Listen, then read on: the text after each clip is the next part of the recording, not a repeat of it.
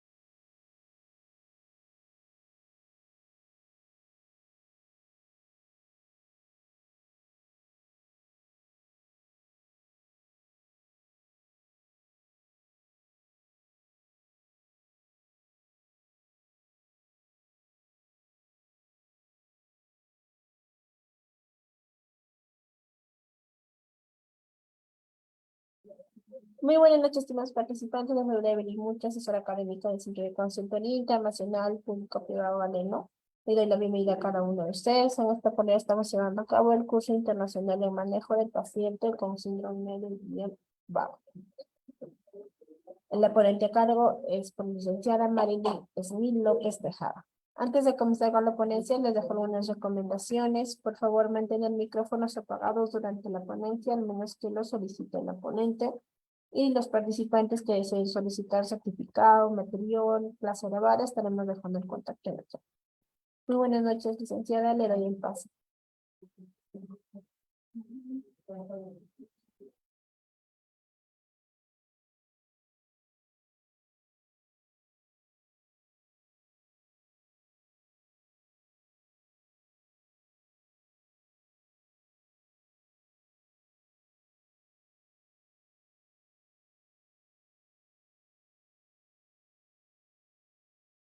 Buenas noches con todos los participantes. Agradecer al Centro de Capacitación Internacional Público por la oportunidad que me está brindando en esta oportunidad.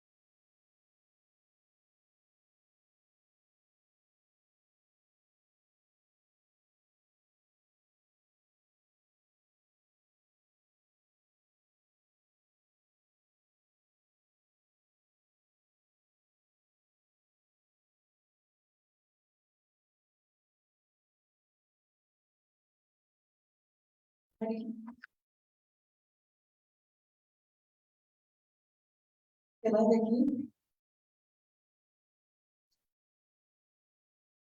¿Te vas de aquí? Todavía más tarde. ¿Te quedas todo un mes?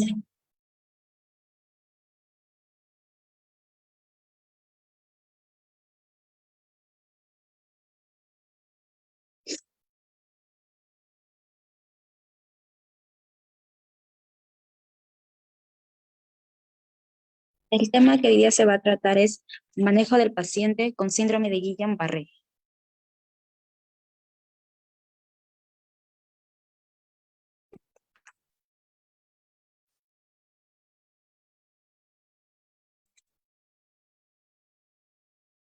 ¿Qué es el síndrome de Guillain-Barré? El síndrome de Guillain-Barré es una afección rara en la que el sistema inmunitario del paciente ataca los nervios periféricos. Es una forma de polineuropatía que causa debilidad muscular, la cual suele empeorar durante unos días o semanas y mejora o vuelve a la normalidad por sí sola. Si es que la persona recibe tratamiento, esta neuropatía puede ir mejorando más rápido. No se contagia de persona a persona, ya que es un trastorno poco frecuente que afecta a los nervios que controlan el movimiento de brazos y piernas.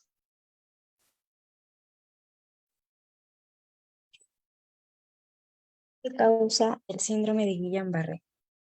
Se desconoce su causa exacta, ya que alrededor de 2/3 de las personas que desarrollan estos síntomas lo hacen varios días o semanas después de haber tenido diarrea o alguna enfermedad respiratoria.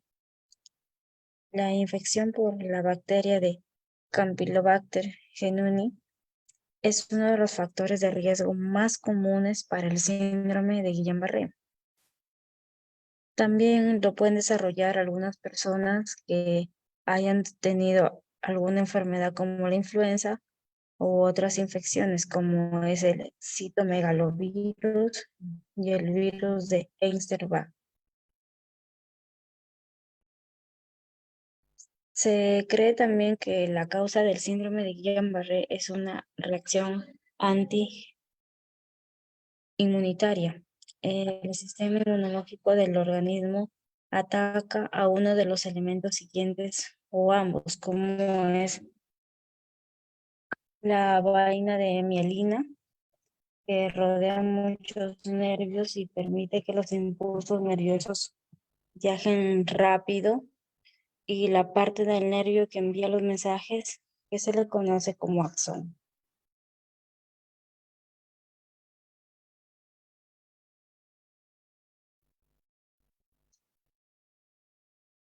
En aproximadamente 2/3 de las personas con síndrome de Guillain-Barré, los síntomas comienzan entre 5 días a 3 semanas después de una infección leve,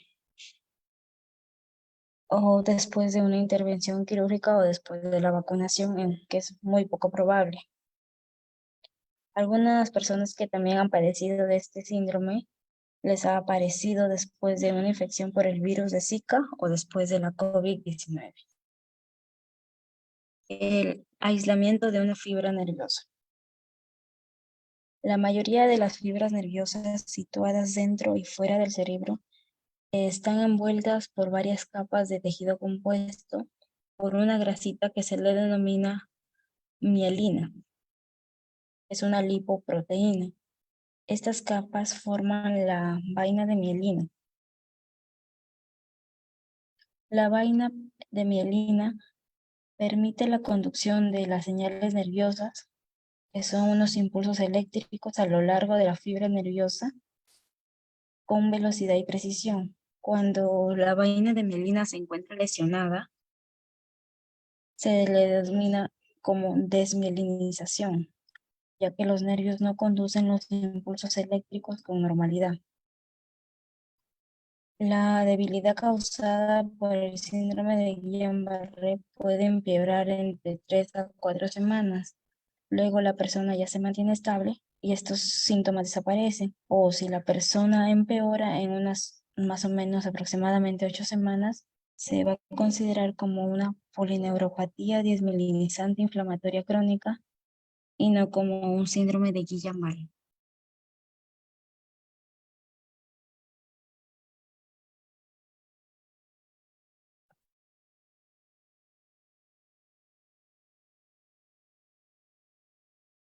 Vamos a ver un video acerca de lo que es la vaina de mielina.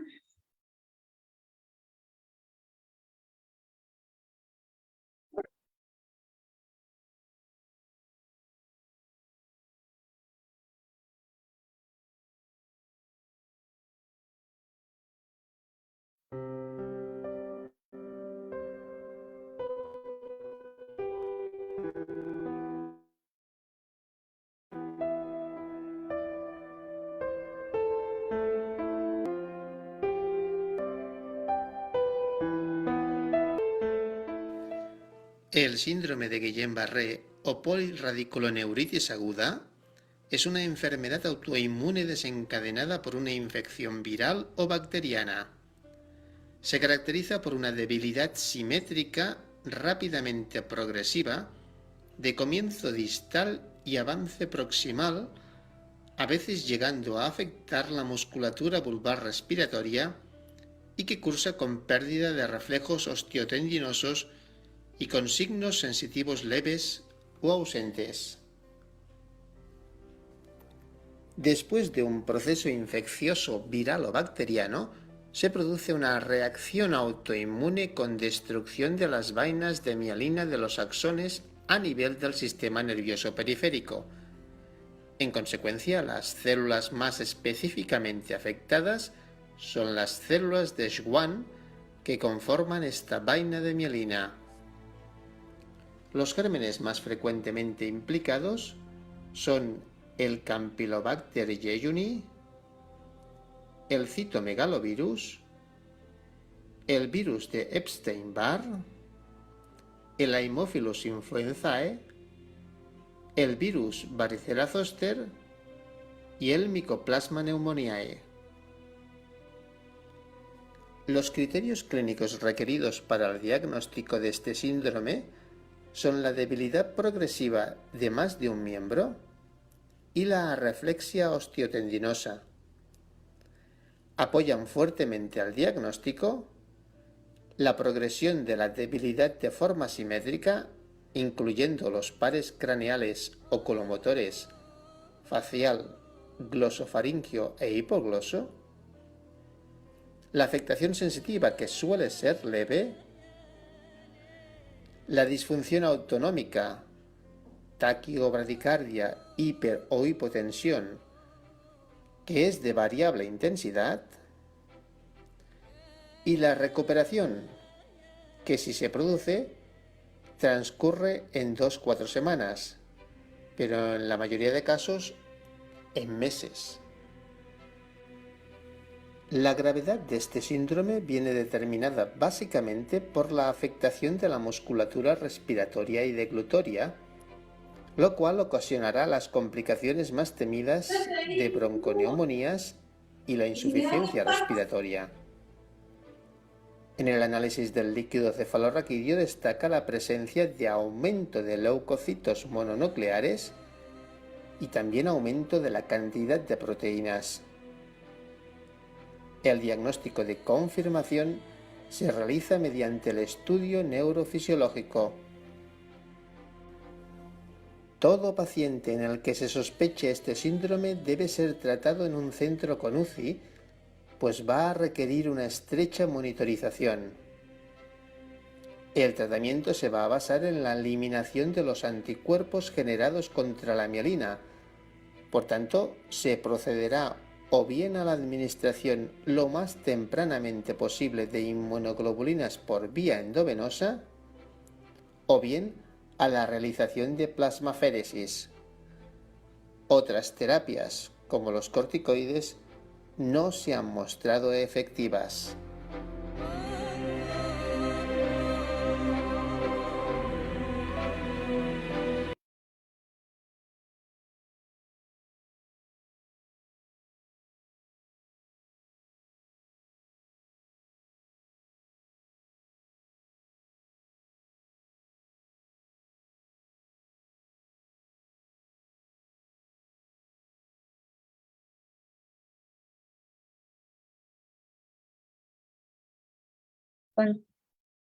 Continuamos con lo que son los síntomas del síndrome de Guillain-Barré. El síndrome de Guillain-Barré suele empezar con un hormigueo y debilidad que comienza en los pies y en las piernas. Luego se va extendiendo hacia la parte superior, que son nuestros brazos. En más o menos el 10% de las personas con este trastorno, los síntomas van a empezar en los que es brazos o cara. A medida que esto avanza, la debilidad muscular puede evolucionar a una parálisis.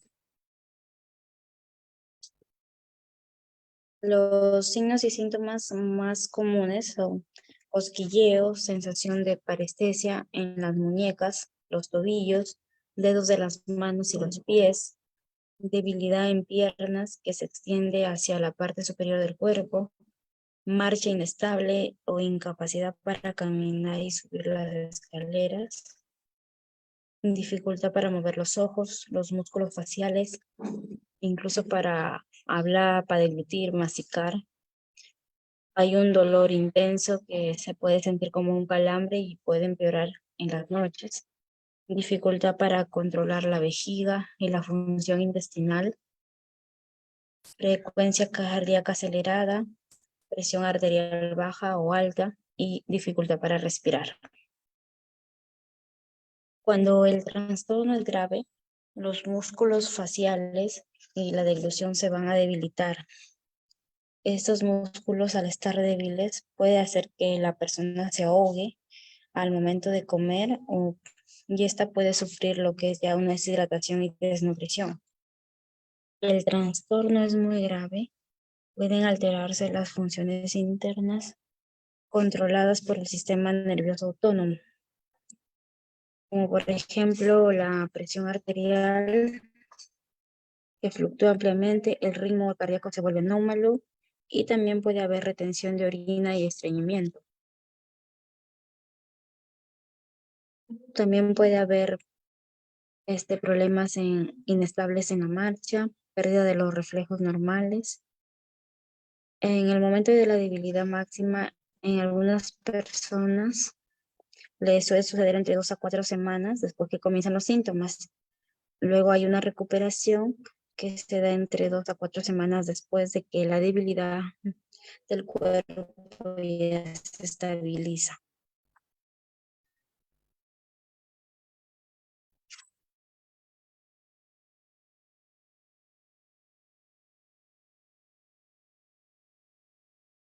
Clasificación del síndrome de Guillain-Barré.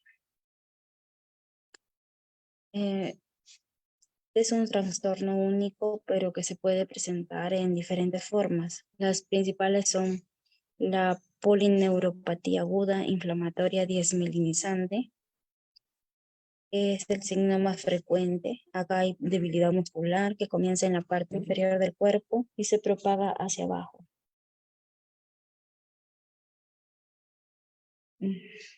El, el síndrome de Miller-Fisher, en el cual hay una parálisis que comienza en los ojos, también se asocia con lo que es una marcha inestable. Es muy poco común ya que tan solo se ha presentado en el 5% de las personas que han padecido de este síndrome. Lo que es la neuropatía aguda motora axónica es un trastorno inmunitario en el que el sistema inmune ataca al sistema nervioso por error. Aquí ocurre lo que es una inflamación de los nervios, hay debilidad muscular y parálisis. La neuropatía aguda sensitivo-motora axónica se caracteriza mayormente por lo que es la atrofia y debilidad muscular distal, lentamente progresiva con o sin pérdida sensitiva, que da lugar a lo que es la dificultad para caminar, para estar parados, para el pie caído y pie cabra.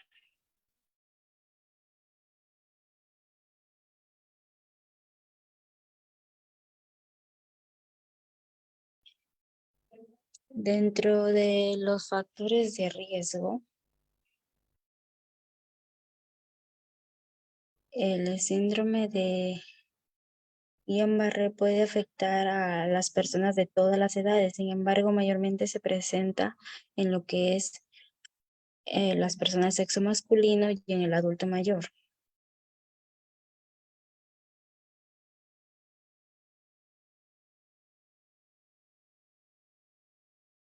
Los desencadenantes del síndrome de Guillain-Barré tenemos con mayor frecuencia por la infección por Campylobacter, que es un tipo de bacteria que se produce por comer la carne de ave mal cocida.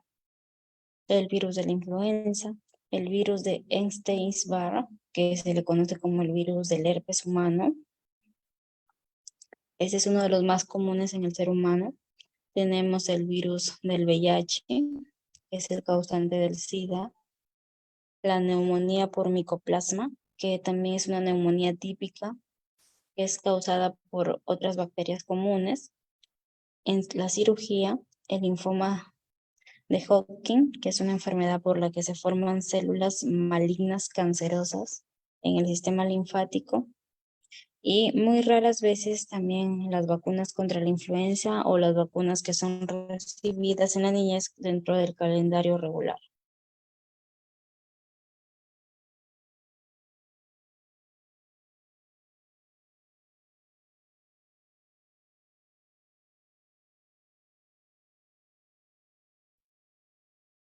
Las complicaciones. Los síntomas tempranos y graves del síndrome de Guillain-Barré van aumentando de manera significativa el riesgo de algunas complicaciones graves a largo plazo. En raras ocasiones el paciente muere por complicaciones como síndrome de dificultad respiratoria y ataque cardíaco.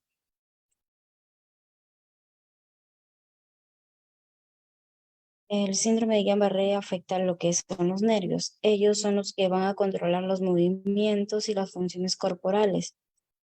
Las personas que padecen este síntoma pueden presentar algunas complicaciones como son la dificultad para respirar, ya que hay una debilidad o parálisis que se puede propagar hasta los músculos que controlan la respiración, y esto puede ser mortal.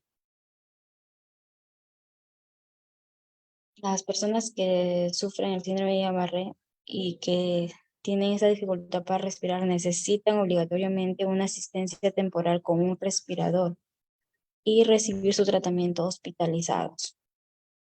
Lo que es el entumecimiento residual, las personas se recuperan por completo, pero hay algunas que quedan con un hormigueo, entumecimiento o alguna debilidad en alguna parte del cuerpo, lo que son los problemas cardíacos y presión arterial. Hay fluctuaciones en la presión arterial y ritmos cardíacos que son irregulares, que se le conoce como las arritmias. Son efectos secundarios frecuentes de ese síndrome. El dolor.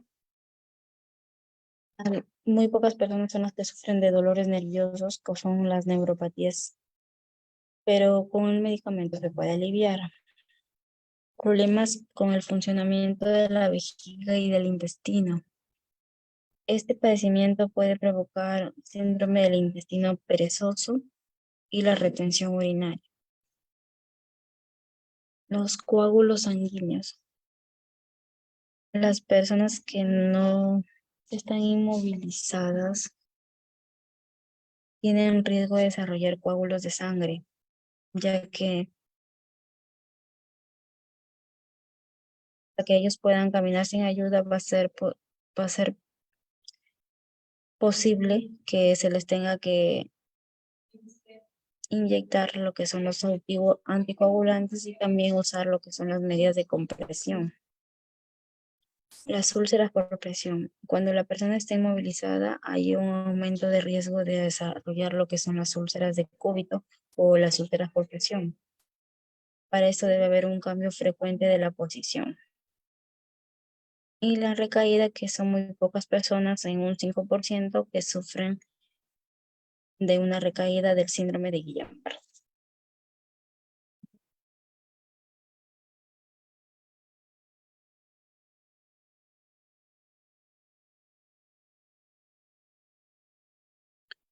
¿Cómo se diagnostica?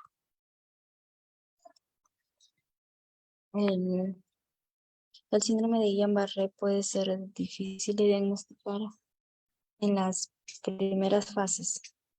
Los signos y síntomas son similares a los de otros trastornos neurológicos y pueden variar según la persona. Es probable que el médico comience con una historia clínica y con una exploración física. También se va a utilizar lo que son algunas pruebas, algunos análisis, para que confirme el médico lo que es ese diagnóstico. Se va a basar en lo que son el patrón de síntomas. Se realizarán algunas pruebas. La persona, si está hospitalizada, se le van a realizar pruebas de sangre. Se le va a realizar un examen minucioso para ver si afectan los músculos, la respiración. Y algunas de estas pruebas son el análisis del líquido cefalorraquídeo que rodea el cerebro y la médula espinal, que esto se obtiene también a través de una punción lumbar. Se extrae una cantidad pequeña de líquido del conducto vertebral de la parte inferior de la espalda. Este líquido se va a analizar y se detecta un tipo de cambio que con frecuencia ocurre en las personas que padecen el síndrome. La electromiografía y los estudios de conducción nerviosa. Se insertan electrodos de aguja delgada en los músculos que el médico quiere analizar.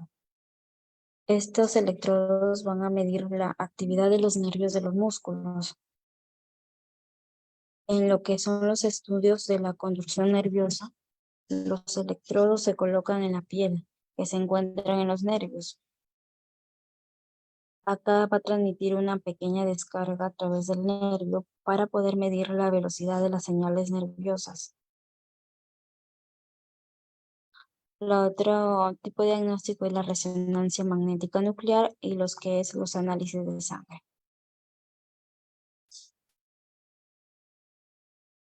Una combinación de niveles elevados de proteínas y de pocos o de ningún leucocito en el cefalorraquídeo es un resultado característico en la electromiografía que confirma un diagnóstico de síndrome de Guillain-Barré.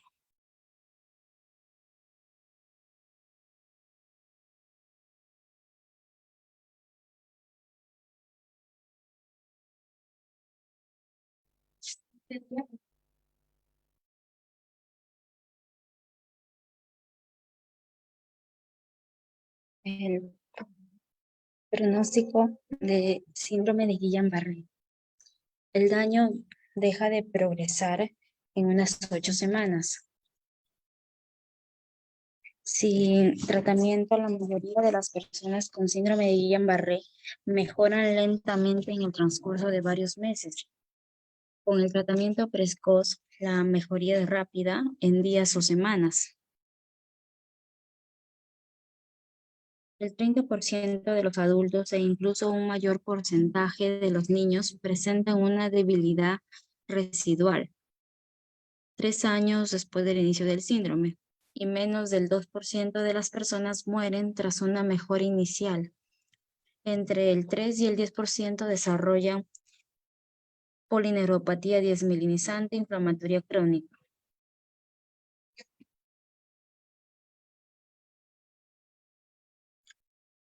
Tratamiento del síndrome de Guillain-Barré.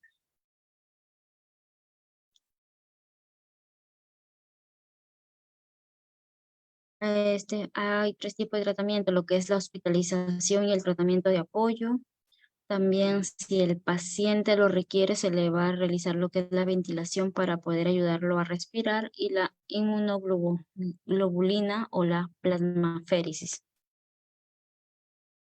El síndrome de Guillain-Barré puede empeorar de forma rápida y esto sí es una urgencia médica. Las personas que desarrollan este síndrome deben ser hospitalizadas de inmediato.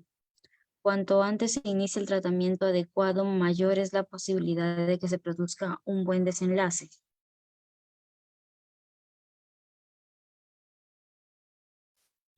El tratamiento sintomático. En el hospital se va a controlar a la persona de una manera exhaustiva, de modo que pueda conectarse a un ventilador artificial si éste lo requiere.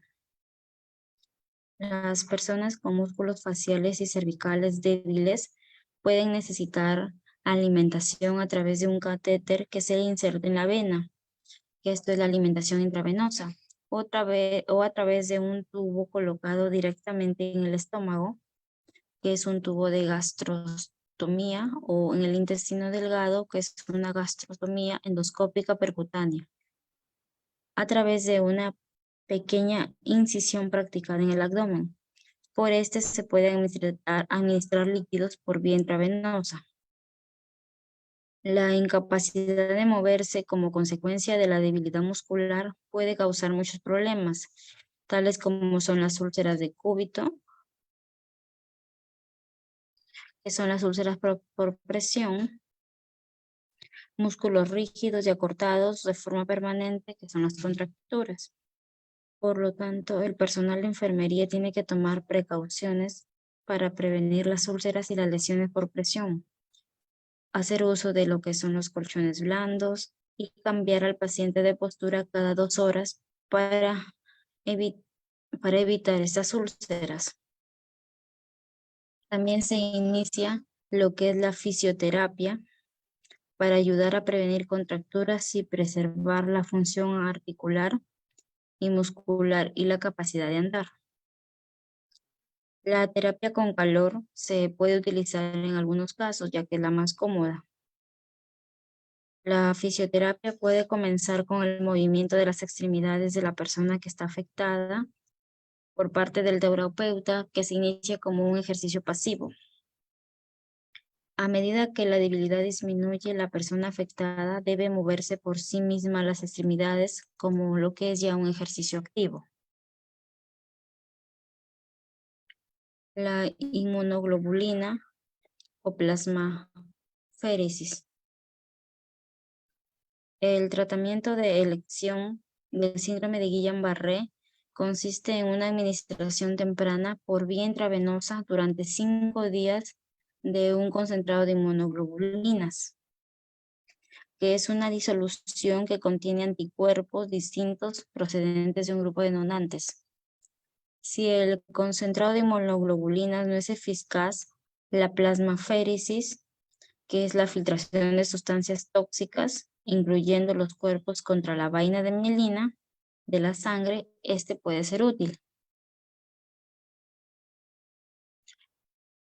Estos tratamientos acortan la estancia hospitalaria, aceleran la recuperación y reducen el riesgo de muerte y de invalidez permanente, debido a que por lo general el intercambio del plasma se realiza tan pronto como sea posible si las personas comienzan a empeorar. Sin embargo, la extracción y el reemplazo de una cantidad de sangre a través de un tubo o catéter insertada en una vena puede causar lo que es la presión arterial baja y aumentar un riesgo de infección. Debido a que la plasmaféresis elimina la inmunoglobulina de la sangre, no se utiliza al mismo tiempo que la inmunoglobulina. El intercambio del plasma se retrasa entre 2 a 3 días después de administrar la inmunoglobulina. Los corticoides no son beneficiosos y pueden empeorar el síndrome de Guillain-Barré.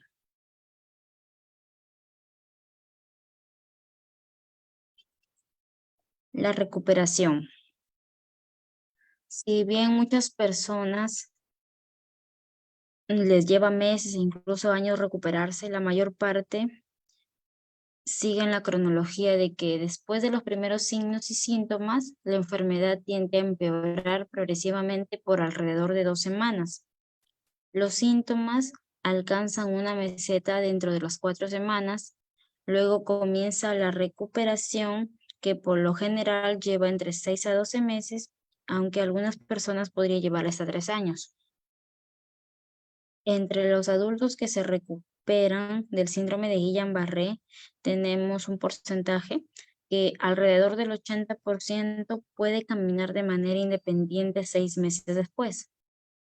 Alrededor del 60% recupera totalmente la fuerza motriz un año después, y entre el 5 al 10% tienen una recuperación muy demorada e incompleta.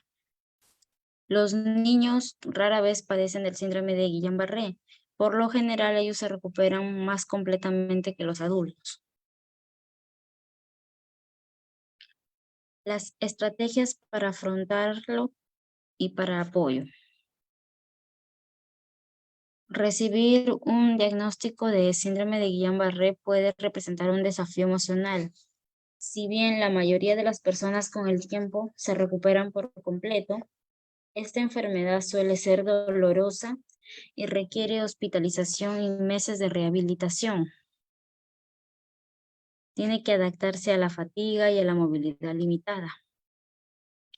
Para controlar el estrés de la recuperación del síndrome, hay que tener en cuenta algunas sugerencias.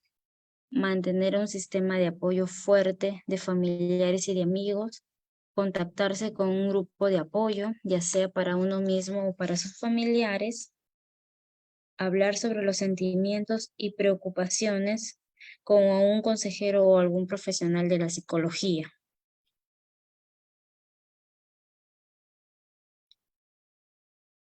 Algunas medidas de prevención. El virus que causa la enfermedad se transmite principalmente por la boca y las manos.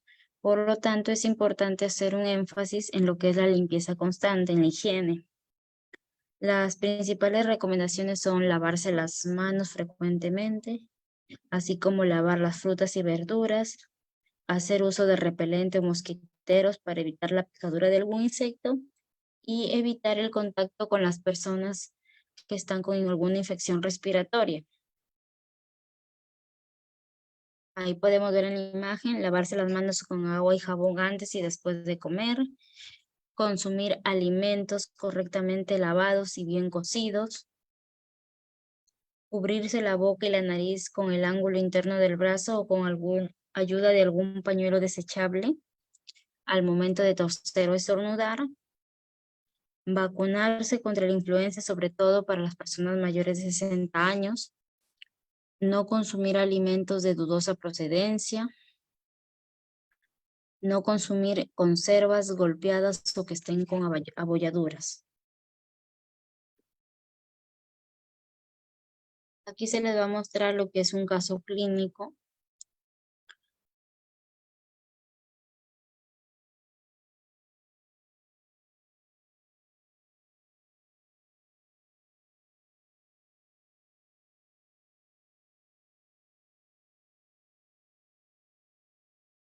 Hola y bienvenidos a un nuevo caso del Dr. Vago.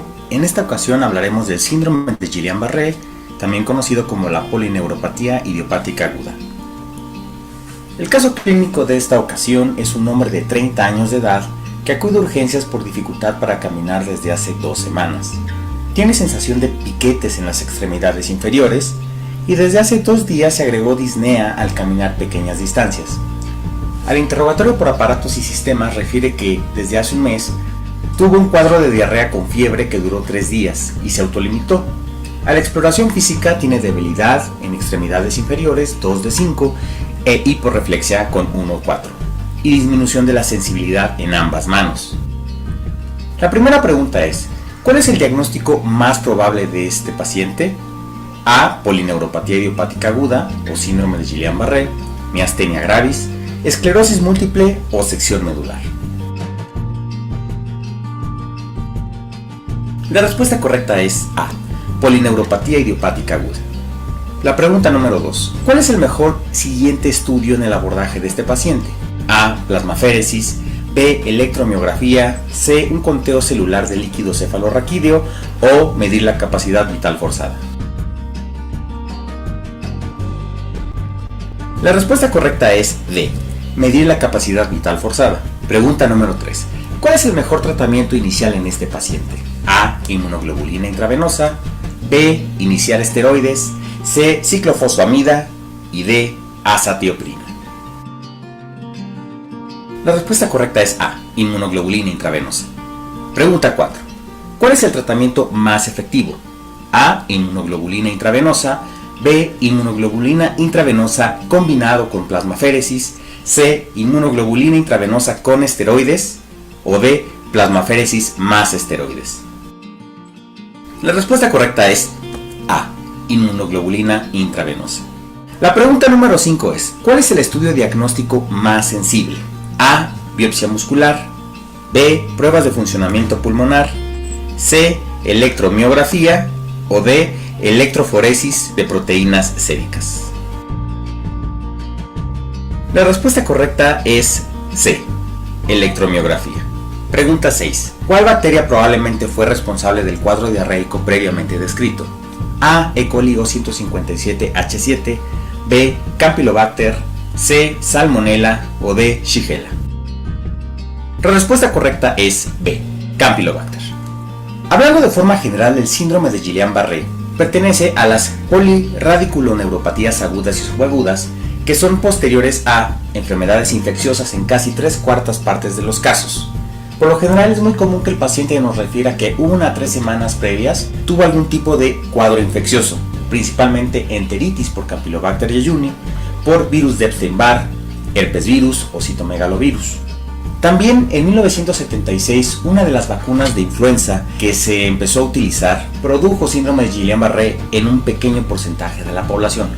Actualmente esto es muy raro y ha sido uno de los argumentos que han utilizado los antivacunas para defender su postura, pero actualmente se calcula que el riesgo de este problema de inoculación sea en un caso por cada 1.000.000 de administraciones. Y algunos procedimientos quirúrgicos de forma rara, principalmente reportes de caso, han sido asociadas con la posterior aparición de síndrome de Guillain-Barré. Pero recordemos que la principal causa van a ser, en los 3/4 partes de los casos, una enfermedad infecciosa y principalmente la agente por Campylobacter jejuni. La base de la etiopatogenia es inmunológica, pero actualmente se desconoce cuál es el mecanismo preciso por el cual después de estas afecciones sucede el síndrome de Guillain-Barré. Existen subtipos de síndrome de Guillain-Barré y los podemos dividir en dos tipos.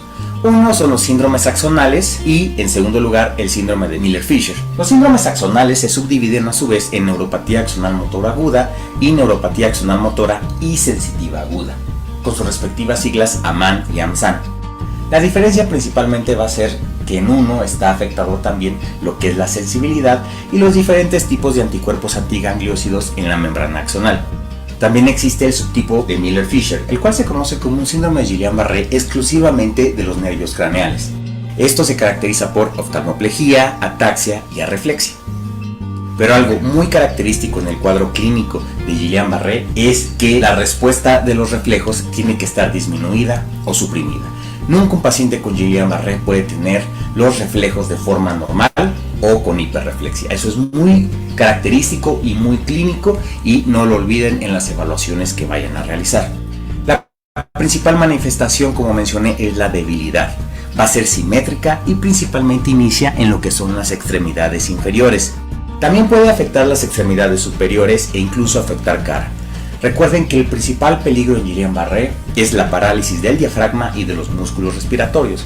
Por esto se considera una urgencia y requiere la valoración por parte de un equipo especializado. A diferencia de la función motora, la función de sensibilidad va a estar menos afectada, pero recuerden que hay un subtipo de Guillain-Barré el cual también puede afectarse no solamente en lo motor, sino también la sensibilidad. Y característicamente la debilidad va a ser de forma ascendente. Recuerden que las alteraciones también pueden ser autónomas y pueden provocar amenaza a la vida por irregularidades cardíacas o por hipo e hipertensión.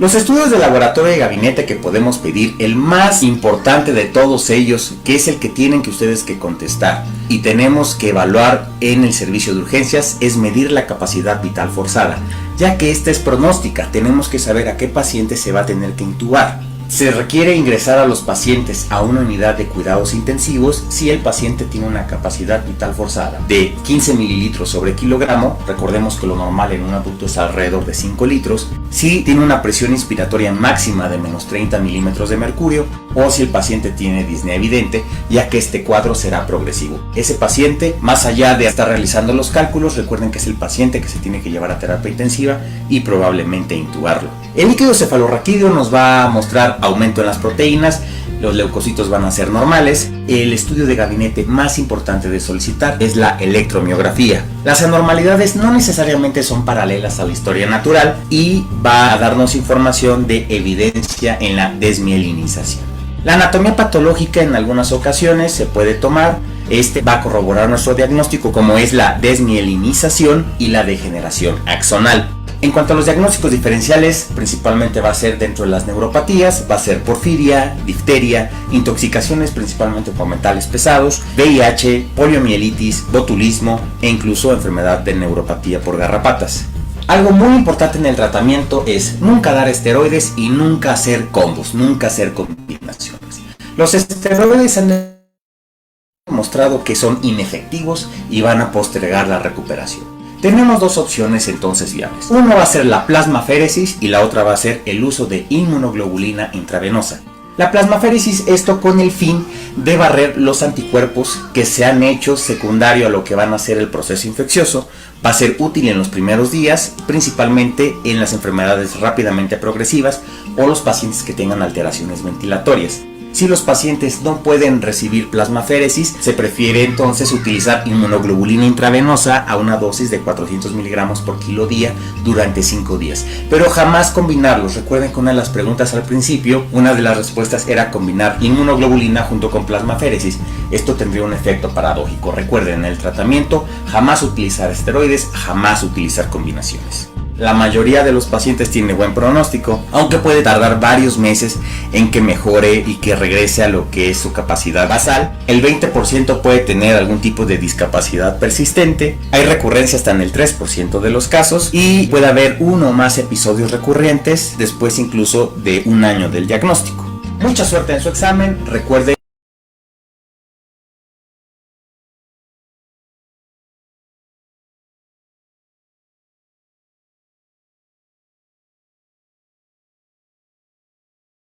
Bueno, esto sería todo lo que es referente al tema del síndrome de Guillain-Barré. No sé si tendrán alguna duda, algo que preguntar.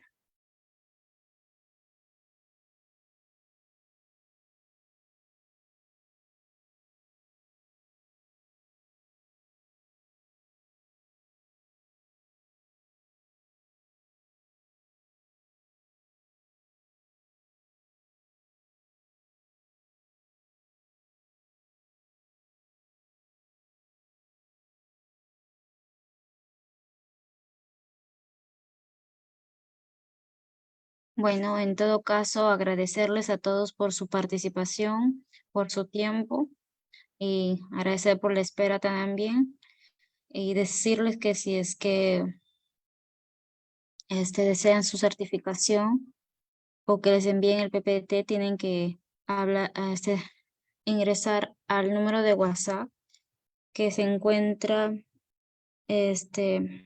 aquí en las mismas diapositivas. Ahí está el número de WhatsApp para que puedan comunicarse y les puedan hacer entrega de lo que es la certificación, materiales de estudio y las clases grabadas. Muchas gracias y que tengan buen día.